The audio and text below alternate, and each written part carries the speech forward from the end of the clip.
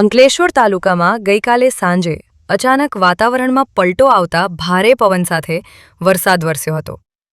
Mini વાવાઝોડું ફૂંકાતા જનજીવન ખોરવાયું હતું. ભારે પવનના પગલે અનેક વિસ્તારોમાં નુકસાનના દ્રશ્યો સામે આવ્યા છે. અંકલેશ્વર પંથકમાં ગતરોજ સાંજના અરસામાં અચાનક વાતાવરણમાં પલટો આવ્યો હતો. અચાનક મીની વાવાઝોડું ફૂંકાતા જનજીવન પ્રભાવિત થયું હતું.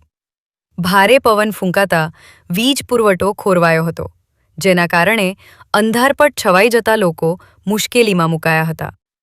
હાસોટ તાલુકાના આસ્તા ગામમાં વીજળી પડતા પશુઓ માટે સંગ્રહિત ઘાસચારો બળીને ખાખ થઈ ગયો હતો, જેના કારણે પશુપાલકોને આર્થિક નુકસાન સામે પડ્યું છે.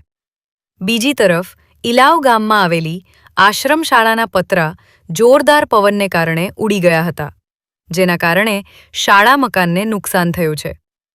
આ ઉપરાંત અનેક વિસ્તારોમાં વૃક્ષો ધરાશાયી થયા હતા, જેના કારણે માર્ગ અવરજવર પર અસર પડી હતી.